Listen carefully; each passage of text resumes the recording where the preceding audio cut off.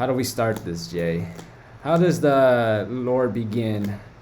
Um, my boy Jay here sent me a couple decks to play because he's like, yo, I don't play Yu-Gi-Oh anymore, but I started playing Lorcana. You know what actually happened? You came to my wedding and you bought two structure decks. Um, and so after the wedding, we were playing with structure decks, and me and Gabe, my brother-in-law, we got hooked on Lorcana, and Gabe was like, I'm gonna send y'all a couple decks so y'all can go play. So he sent me a Blurple deck, and he sent Gabe this like Amber Steel character deck. And this was like right before set 4. And I ended up playing a Mufasa deck for set 4, but we were still scrubs, so we didn't really play competitively too much. So this set 5, me and Gabe were like, yeah, let's go play more tournaments and stuff. So this is like a revised Blurple deck, back to the original deck that you sent me. And I ended up getting second on this first set champs. I signed up for this one pretty late. I think I signed up for it on Thursday because I found out that that store was having, I think it's called Galaxy Gaming. So I didn't have too much time to play test with this, but because I was messing with Amber Ruby still. And I came back to this, and I ended up getting second. I went undefeated in Swiss. So rounds 1 through 5, it was best of 3. And then on the 6th round, we did a draw. And then I won the top 8 and the top 4, and then I lost in the finals to Green Steel Discard. But I wanted to show you guys my deck. You got anything to say, Jay? Yeah, I just want to say that I planted this seed intentionally, knowing that his wife and the sisters were into Disney. Yeah. So thanks for destroying my bank account, Jay. My bank account. All right, so Blurple, let's do it. This is like a toolbox deck. So I usually don't play decks with a lot of 1-ofs because I'm like a Yu-Gi-Oh guy where I just want to play sets of 3 unless the card's limited. But we do have some cards that go at 4, like the 1-drop Chernobog. I used to play Brooms and Chernobogs, but I ended up cutting the Brooms out just because this deck draws so much. I'd rather draw into another 1-drop that can be useful. Besides drawing, like I played the Cogsworth. This came up quite a few times, and then I ended up putting 1 Rafiki in just in case I came across like an aggro deck, or I needed another target to crab to take out a harem or something. So I only played the 7 1-drops, and sometimes I didn't get a 1-drop. Sometimes I drew into 2, and I would just ink 1. And I wouldn't even play a 1-drop turn 1, depending on what my hand was like because of the next card, which are the T-pos. The Growing Sun. If you don't see Mickey, well, you can. If you see this or Mickey, you're good. You don't need both. Drawing into or mulliganing into both is fine, but most of the time you want to see T-po so that you can play the rabbit or any 4 cost on turn 3. And if you get the Mickey Donald, you can get to 7-8 ink really quickly and play out your guys by like turn 4 or 5, the big guys. The other 2-drop was the Snake. Play 4. Standard. Got anything to say so far, Jay? No, it's pretty basic. T-po's really good. I wasn't playing. Sorry, I wasn't playing the Rafiki when we were testing. I took that out. But yeah, I like that addition. What were you saying? The T-po is so good. I remember when it first got revealed, I was like super high on it. I was like, dude, this card is so good. And like, I remember like all in the red, blue, or like any sapphire like discards, they're like, dude, this card's trash. But like, it's so good. That's your inkable turn 2 ramp. Yeah. Busted card. Playing him late game isn't too bad, but I usually ink him after drawing him, like once I have like 7 or 8 ink. The downside is it's a chance you'll put it back in your hand from a Mufasa, which has happened to me before. And then my last 2-drop is 1 Vision. The idea behind this is just late game. Sometimes you have awkward ink spacing, so you'll have like 9 or 10 ink and only play like a Hades, and then you won't have another good 2 cost. You either have a 3 or 4 in hand. So this is just like another way to play a weird ink cost and find something that you need. But I didn't want to play too many because then if I don't need it, I'll ink it and hopefully get it back during a Mufasa. That's all the 2 drops. 3 drops is the 3 Mickeys. 4 was too much. Even 3, like sometimes I drew way too many of them, but you kind of need it. The crabs, super good. Makes Tipo trade into a lot of bigger stuff. Get rid of locations, standard. All these cards are self-explanatory. These are like the 4-ofs. Just want to draw. A lot of challenging in this deck, so I do play the libraries. 3's fine. 4 you don't need. I tried it with 2 and I wouldn't see it enough, so I think 3's good. Back to up to the 4 drops. 4 rabbits and goats. Standard stuff. The petting zoo package. Yeah. So now like the boss monsters are coming up. This is like kind of where the deck where you get to add your own choices. I was playing Ursulas at first, but I ended up taking them out for bells, and I'm glad I did because this card won me a handful of games. Getting rid of pesky stuff like aggro cards, piglets, small Lilos, Diablos. It's underrated. I did play the Donald Duck extra ink quest for 2, and he sings the One Let It Go that I play if you need to. This card. Oh, 4! Wow. You have to, bro. Like 4 else's. This gets rid of all your trouble cards because Diablo is a pain. Anything that's aggro is a pain, so you want to exert the 1 drops before they get a chance to quest, and then you can shift on top of it to kind of buy you some more time. So if you can play this on turn 4 if you ramp good, yeah, and then shift on top of the big Elsa the next turn. And if you do that early enough, they won't have removal for Elsa, so you can bounce it back the next turn. I do play the 1 Let It Go, and the reason I do play the 1 is because I'm playing the 1 Merlin shift, so you can get rid of something pesky if you don't have a Hades.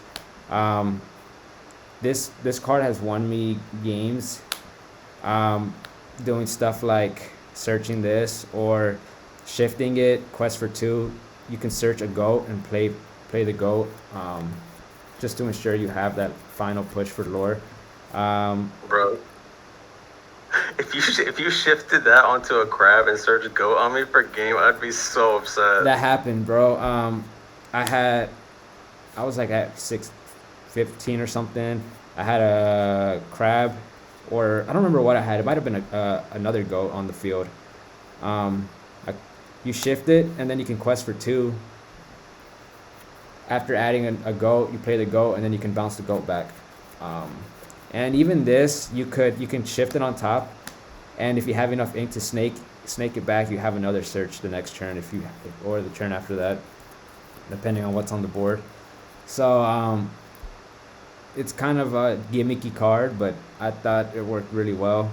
It won a lot of games, but if you ever brick it and you don't have a shift target, you could always ink it with Tipo.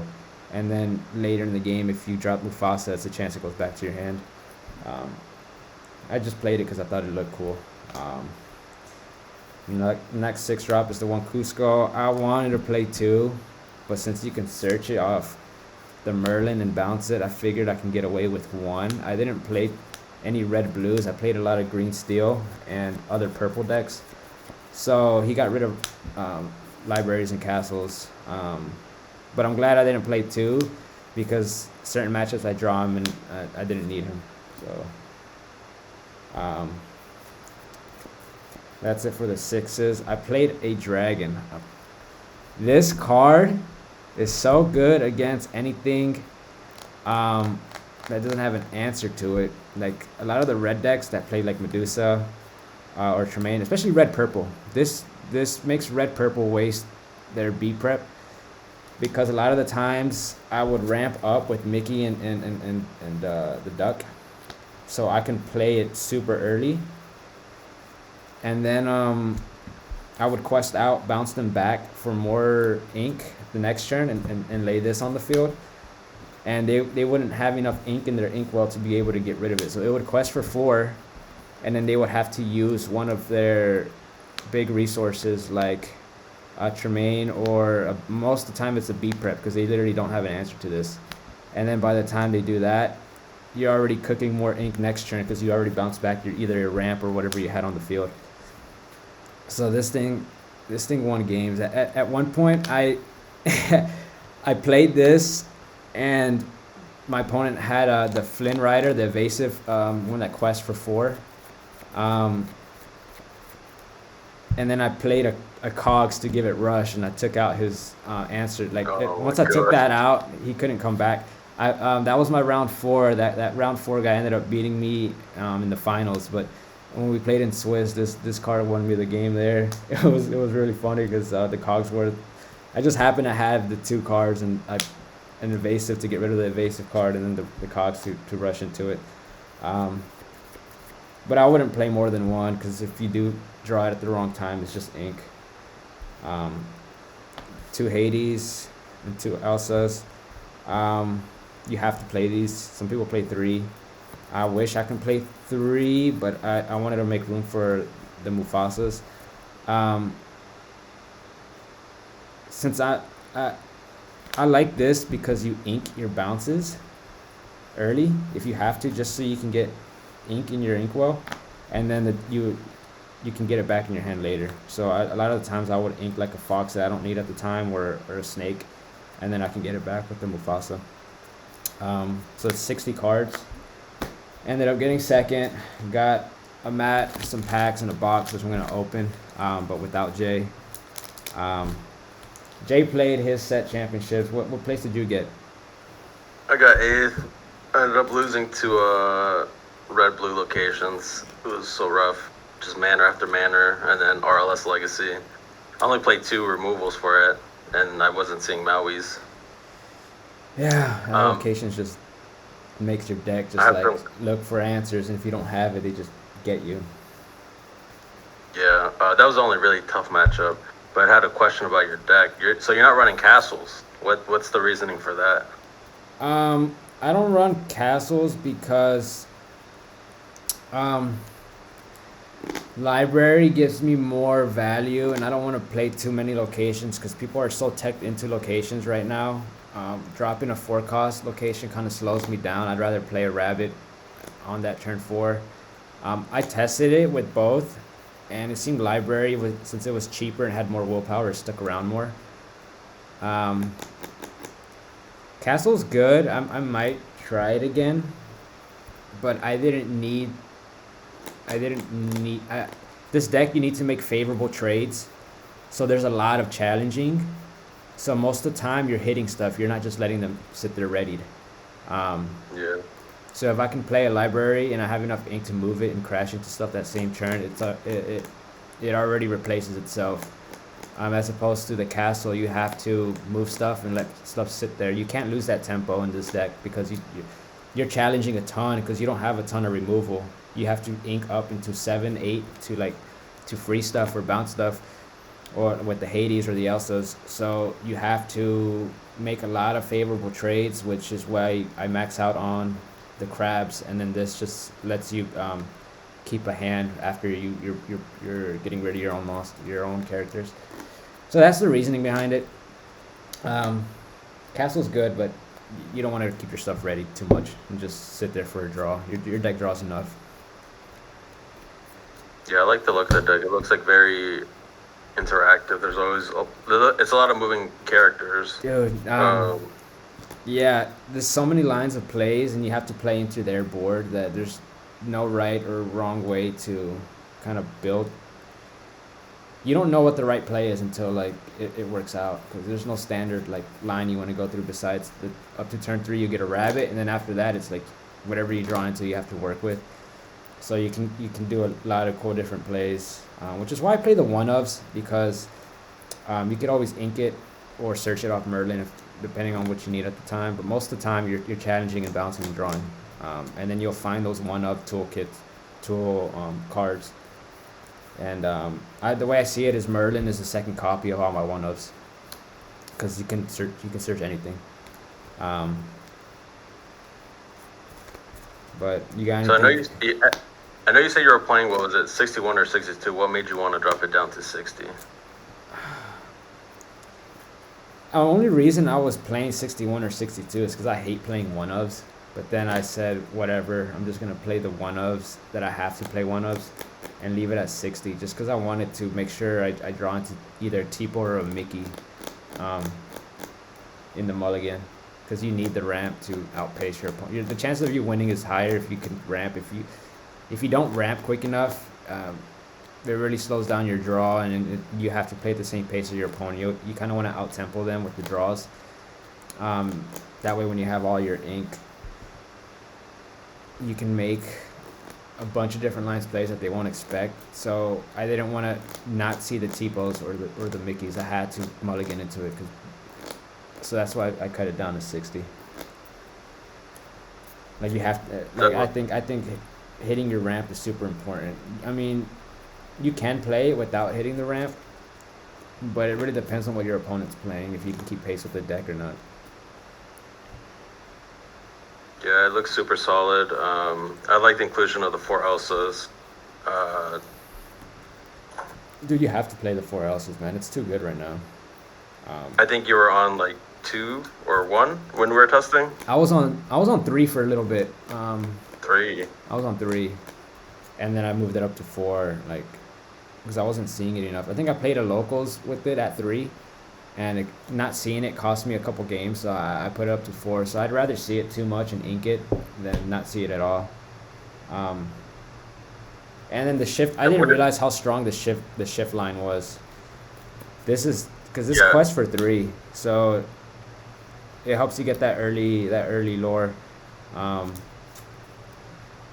and freezes your opponent out so that you can make favorable trades the next turn. Because if you can freeze them and then next turn play out a Fox, you get rid of pesky stuff, and then you can reuse this and this because it'll bounce both back into your hand. So yeah, 4, you have to play 4. I think you have to play 4. And how many uninkables are you running? Dude, I don't even know. I think it was 14. 14? That's a pretty good number. 9, 10, 11, 12, 13, 14. Yeah, 14 uninkables. All right. So you got to go to your next one, right? Yeah. So we'll open one pack together just to see what we pull.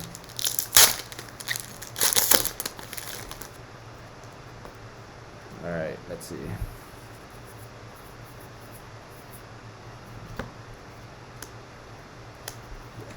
Damn, bro. Garbage. Garbage. Exotic strength. I'll put this in my deck. It's a purple card. Nice. All right, guys. I'm going to open up some packs on camera without Jay because he has to go play. Hopefully we'll make some more deck profiles and add some gameplay soon. We've been slacking on it, but we'll post some more videos. And don't play the deck. It kind of sucks. I just don't want to play. I don't want to play any mirrors, please. Cool. Hopefully I think I'm gonna play another set champ on the 20th. I think. So I'll probably play the same deck. I'll probably play the same deck. I definitely need some more playtime with it because I misplayed a lot, and I just happened to recover. But if I didn't, I think I just misplayed more than I wanted to. I was my stamina was fried. We were there. I was there from 3 until like 1 a.m. It was crazy. 6 rounds, wow. Swiss, best of 3, and then top 8, top 4, and then finals. So it was fun. The dude who beat me, Rufus, he's a good player. He's always topping or winning at the locals, and that was actually the first time I played him. I never matched up with him before. So when I played him, I was like, all right. I knew he was playing green steel. I think I played like 4 different green steel decks, and his was a little different. He was playing like evasive cards, which threw me off. So if I didn't see my Elsas as much as I wanted to, and you know what happened? Round 4, he went Diablo line. So when we played in the finals, I was expecting him to do the Diablo lines, and he went Ursula, and he was double singing a ton of stuff and just not letting me play. So it it kind of threw me off, and he ended up taking it. He 2-0'd me pretty quickly. Round 1, I think I mulliganed for the wrong stuff, expecting the Diablo line, and then round 2, I didn't open up fast enough. I think I didn't play a character. Well, I didn't play a Tipo until I drew into it like on turn 3. So I had too slow of a start to keep up with what he was doing. So he beat me pretty quick. But congrats to that guy. At least I told my boys I was gonna come home with the mat and just the one that doesn't say champion on it. So maybe next time. And then I can get rid of this one, the runner-up mat. But it's, I'm gonna try to get one today. Yeah, we're gonna make another deck profile of Jay wins the mat. So we're gonna call it. Stay tuned for the pack openings. I think I might do it in a different video. I'll just post this one by itself. Yeah. Word. You got any last notes, Jay? No, just super proud of you. That deck is like very rogue right now in the current meta, so very cool to see your performance. Man, I wish I recorded the games, but I'm too lazy to do that. I should. All right, fellas. What's our exit line? I have no idea. Stay gaming.